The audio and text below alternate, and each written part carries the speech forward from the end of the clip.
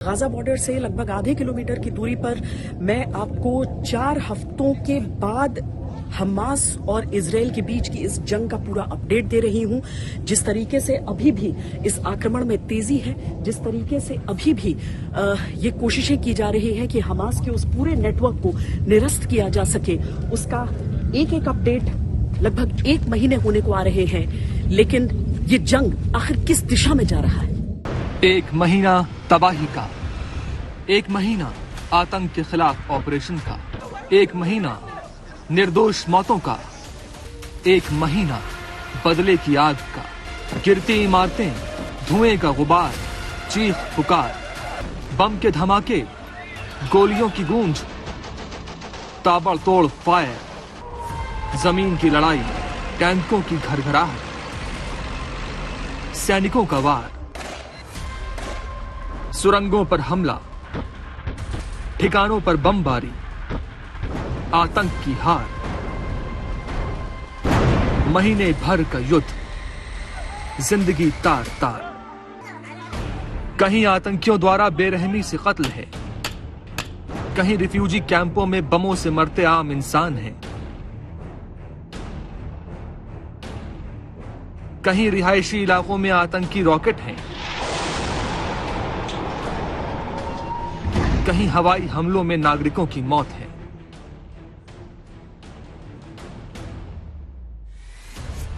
करीब करीब 1 महीने से चल रहे इस युद्ध में अब तक फिलिस्तीन के 9,000 से ज्यादा लोग मारे जा चुके हैं, जिसमें 3,500 से ज्यादा बच्चे हैं। पिछले 3 सालों में विश्व में किसी भी जंग या हिंसा में इतने बच्चे नहीं मारे गए जितने 1 महीने में इधर मारे गए हैं। उधर इजराइल के 1400 लोगों को बेरहमी से मौत के घाट उतार दिया गया।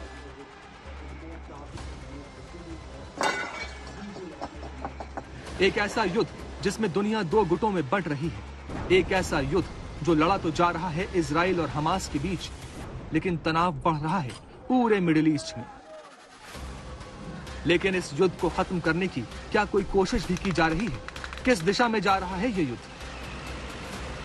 फिलिस्तीनी के पक्ष में जो अपना नाम लेके हमास लड़ रहा है, क्या वो फिलिस्तीनी के पक्ष देख रहा है या अपना जो उल्लू सीधा करने बोलते हैं ना, वो अपना उल्लू सीधा कर रहे हैं हमास? एक बहुत बड़ा प्रश्न चिन्ह है। जो एक शांति बनी हुई थी उसको भंग करने का सबसे पहला प्रयास हमास का है और ये बहुत ही निंदनीय है। इस्राएल की तरफ से आत्मरक्षण के लिए जो प्रतिक्रिया दी गई थी, रिएक्शन दिया गया था, रेस्पॉन्स दी गई थी, ये क्या प्रोपोर्शनेट है या डिसप्रोपोर्शनेट है, इसका तुलना अभी नहीं कर सकते इस संदर्भ में। गाजा में इजरायली बमबारी में 44% इमारतें जमींदोज हो चुकी हैं। बंधक अभी भी खतरे में है। इजरायली डिफेंस फोर्सेस का दावा है कि गाजा से अब तक 8,000 से ज्यादा रॉकेट फायर किए जा चुके हैं, यानी हर दिन करीब 300 रॉकेट इजराइल पर दागे जा रहे हैं। आईडीएफ के अनुसार 2.5 लाख इजरायलियों को घरों से हटाकर दूसरी सुरक्षित जगहों पर ले जाया गया है। हमास रिहायशी इलाकों को निशाना बना रहा है। इजरायली बमबारी में भी रिहायशी इलाके तबाह हो रहे हैं। हार जीत वक्त तय करेगा, लेकिन खत्म इंसानियत हो रही है।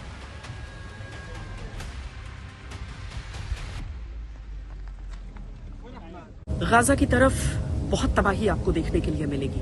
आप देखेंगे कि किस तरीके से वहां पर इमारत के इमारत जमींदोज हो जाते हैं और जो आम नागरिक हैं वो भी आतंकियों के साथ वहां पर मारे जा रहे हैं। और इसमें बहुत बड़ा आश्चर्य है, क्योंकि जो हमास 500 किलोमीटर की सुरंग बना सकता है, वो हमास वहां रहने वाले नागरिकों के लिए एक बॉम्ब शेल्टर तक बनाने पर यकीन नहीं रखता। इस जंग के दौरान इजराइल पर भी धमाधम रॉकेट्स और मिसाइल्स दागे जा रहे हैं, लेकिन इजराइल में एक प्रणाली है जिसके जरिए यहां पर लगभग 1 मिनट का अलर्ट मिल जाता है यहां के लोगों को सायरन से, और उसके साथ ही वो शेल्टर्स में जा सकते हैं। इसके साथ ही वो आयरन डोम भी है जो हवा में ही उन रॉकेट्स को बर्बाद कर देता है। ये सुरंगें जो आप देख रहे हैं, यहीं से हमास ऑपरेट करता है, यहीं बंधकों को रखता है, यहीं से संचार व्यवस्था चलाई जाती है, यहीं से दूसरे देशों से स्मगलिंग होती है और यहीं हथियारों को जमा करके रखा जाता है। यानी ये सुरंगें ही हमास की लाइफलाइन है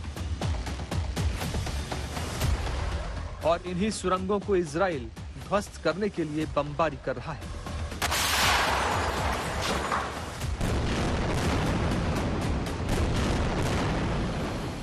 हम इजरायली बॉर्डर में जो गाजा बॉर्डर है उसके बेहद नजदीक इस समय खड़े हैं। एक सैन्य ठिकाने पर मौजूद है। मेरे पीछे आप एक बंकर देख सकते हैं जिसे ऊपर से कैमोफ्लेज किया गया है और यहीं से जो आर्टिलरी की बंदूकें हैं वो बरस रही हैं हमास के आतंकियों पर। इसी तरीके के तमाम अलग अलग ठिकाने हैं जहां से इस तरह से आतंक के मौत का इंतजाम किया गया है। दावा किया जा रहा है कि इन सुरंगों की लंबाई 500 किलोमीटर से ज्यादा है। अंदाजा लगाइए कि 45 किलोमीटर लंबे 12 किलोमीटर चौड़े गाजा में ये सुरंगें किस हद तक फैली हैं कि 500 किलोमीटर लंबाई है इनकी। इन सुरंगों को तबाह करने के लिए इजरायली फोर्सेस लगातार हवाई हमले कर रही हैं, जिनमें आम नागरिकों की जान भी जा रही है। हमास इजराइल में रिहायशी इलाकों में हमले कर रहा है। आयरन डोम को चकमा करके कई रॉकेट रिहायशी इलाकों में गिर रहे हैं।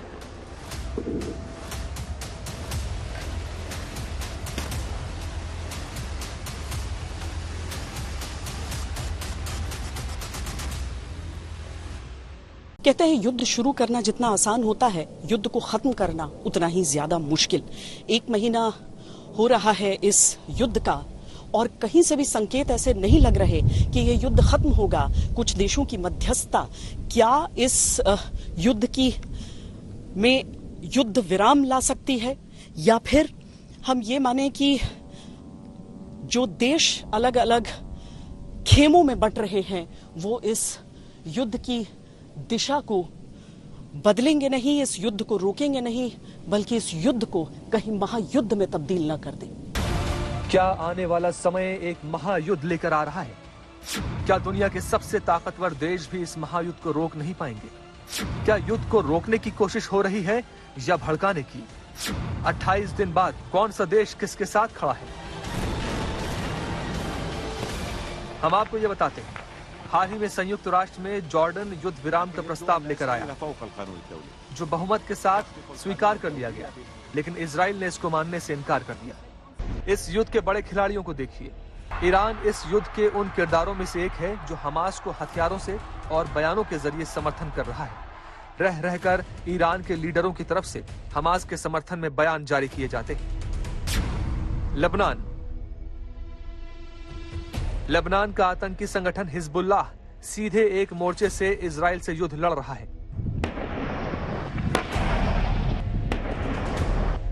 हिजबुल्लाह इजरायली सरहदों पर लगातार हमले कर रहा है। कतर ने 4 इजरायली बंधकों की रिहाई में मध्यस्थता में अहम भूमिका निभाई। इसके लिए अमेरिका ने भी कतर की तारीफ की। कतर ऐसे मौकों पर एक मध्यस्थ की भूमिका निभाता रहा है जब अमेरिका या दूसरे पश्चिमी देश आतंकी संगठनों के साथ सीधे बात नहीं करना चाहते हैं। यमन। इस युद्ध में यमन हमास के साथ खड़ा है।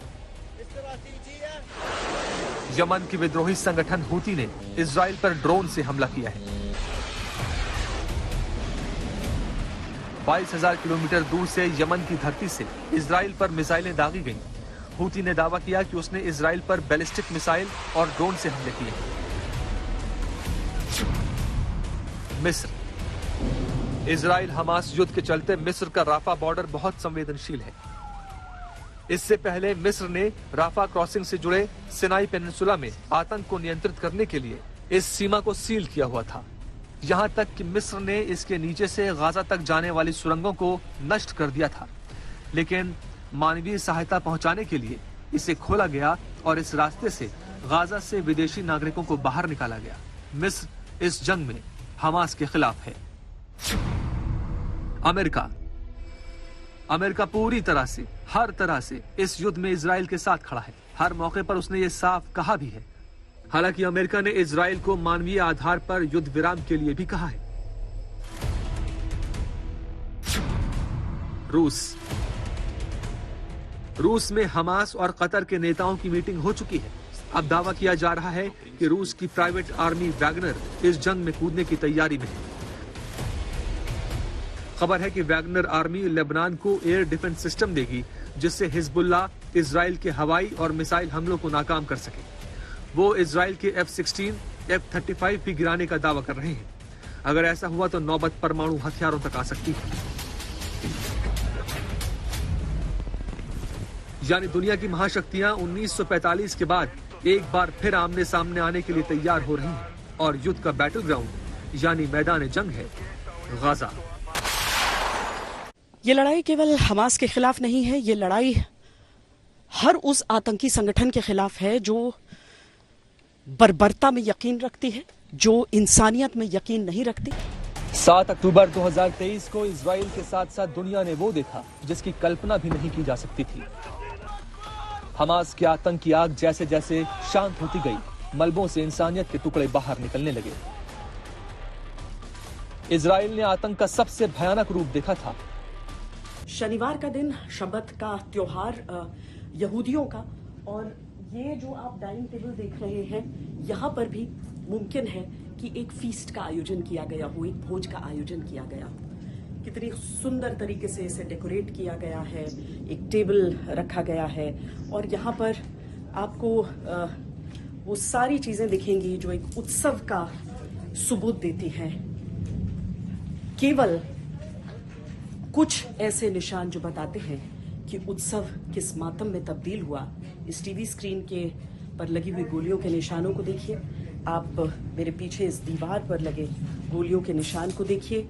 पलटवार की बारी इजराइल की थी। ये लड़ाई हर उस आतंकी संगठन के खिलाफ है जो इंसानियत को मौत के घाट उतार देना चाहता है। ये लड़ाई उस आतंकी सोच के विरुद्ध है जो मानवता में यकीन नहीं रखता। 7 अक्टूबर 2023 का हमला भले ही हमास ने अकेले किया हो, लेकिन इसकी तैयारी में उसकी मदद मिडिल ईस्ट के कई देशों ने की। लेबनान, कतर, ईरान, तुर्की जैसे देश पहले फिलिस्तीन के साथ जरूर थे, लेकिन फिर खुलकर हमास का समर्थन करने लगे। इजराइल पर ताजा हमला यमन से किया गया। इजराइल के खिलाफ यमन के हूती विद्रोही लगातार हमलावर रुख अपनाए हुए हैं। इससे पहले भी हूती विद्रोहियों ने ड्रोन और मिसाइल से हमला किया था। एक बड़े हमले को तो अमेरिकी सेना ने नाकाम कर दिया था, वहीं एक मिसाइल को इजराइल के सबसे दक्षिणी शहर इलियट को निशाना बनाकर दागा गया था, जिसे इजरायली सेना ने विफल कर दिया। फिलिस्तीन और इजराइल के इस युद्ध में ईरान की भूमिका हमास को जंग में साजो सामान देने की है। माना जा रहा है कि हूती हो या दूसरे आतंकी संगठन, जो भी ड्रोन तकनीक का उपयोग कर रहे हैं वो ईरान द्वारा उपलब्ध कराई गई है।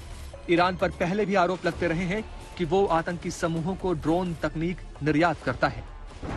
पहली नजर में ये जंग सिर्फ फिलिस्तीन और इजराइल की लग सकती है, लेकिन ऐसा है नहीं। दरअसल ये लड़ाई इजराइल बनाम मिडिल ईस्ट की भी मानी जा रही है और उसमें भी आतंकी संगठनों का बड़ा योगदान है। फिलिस्तीन की आजादी के लिए पहले यासिर अराफात का PLO, फिर फतेह काम करते थे। फिर 80 के दशक के अंत से थोड़ा पहले हमास का उदय होता है। साल था 1987, लेकिन इसकी नींव साल 1920 में ही पड़ गई थी। इसका भी एक ही मकसद था, फिलिस्तीन की आजादी। ये गाजा से ऑपरेट करता है। इजराइल के खिलाफ हाल के सालों में ये सबसे ज्यादा सक्रिय रहा है। फिर आता है लेबनान से ऑपरेट करने वाला हिजबुल्लाह। हमास एक सुन्नी संगठन है तो हिजबुल्लाह लेबनान का शिया आतंकी संगठन है। इस जंग को 28 दिन हो चुके हैं। हर दिन कोई देश, कोई संगठन फिलिस्तीनी जनता के नाम पर हमास के साथ खड़ा हो जाता है। पूरे मध्य पूर्व में इजराइल के विरुद्ध खड़े देशों की बात करें तो हर मुल्क में कम से कम एक आतंकी संगठन है। Hamas, Houthi, Hezbollah, Abdullah Azzam brigade, Al Aqsa martyrs brigade, इन सभी संगठनों का एक ही मकसद है, इजराइल का विनाश। इजराइल की यह जंग शुरू हुई हमास के खिलाफ, लेकिन इसके साथ ही अब अलग अलग आतंकी संगठन इस पूरे क्षेत्र के जुड़ते जा रहे हैं हमास के समर्थन में। चाहे वो हूती हो, हिजबुल्लाह हो, हर तरफ से इजराइल को आतंकी हमलों का सामना करना पड़ रहा है। इतने सारे संगठनों के इस पूरे हमले में जुड़ जाने से सीधे तौर पर युद्ध का जो काल है, युद्ध का जो समय काल है, उस पर असर पड़ता है। इजराइल एक देश है, हमास एक आतंकी संगठन। फिर ऐसा कैसे मुमकिन हो पा रहा है कि हमास के जो आतंकी हैं वो अभी तक इजराइल से लोहा ले पा रहे हैं? किस तरह के हथियार उसके पास रहते हैं जिसके कारण हमास को मिलने वाली अलग अलग देशों की मदद से भी इनकार नहीं किया जा सकता। और जब तक ये चीजें चलती रहेंगी, इस युद्ध को रोकना ही संभव नहीं होगा। करीब 1 महीने से चल रहे इस संघर्ष में हजारों लोगों की जानें चली गई और बहुत से लोग बेघर हो गए। इजराइल जिस तरह से खुद पर किए गए हमले का जवाब दे रहा है, उससे हर कोई तंग है।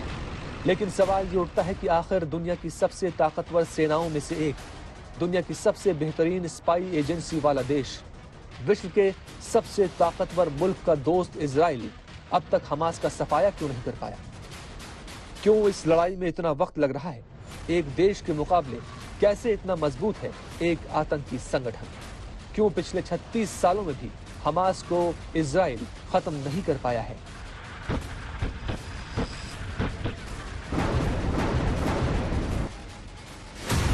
हमास यानी हरकत अल मुकावामा अल इस्लामिया, जिसका मतलब हुआ इस्लामिक रेजिस्टेंस मूवमेंट। खुद जिंदगी भर व्हील चेयर पर चलने वाले शेख अहमद यासीन ने इस आतंकी संगठन को खड़ा कर दिया। इसका एक ही मकसद है, फिलिस्तीन की आजादी और इजराइल की तबाही। मिडिल ईस्ट का कोई ना कोई देश किसी न किसी आतंकी संगठन को प्रत्यक्ष या परोक्ष रूप से मदद लगातार दे रहा है।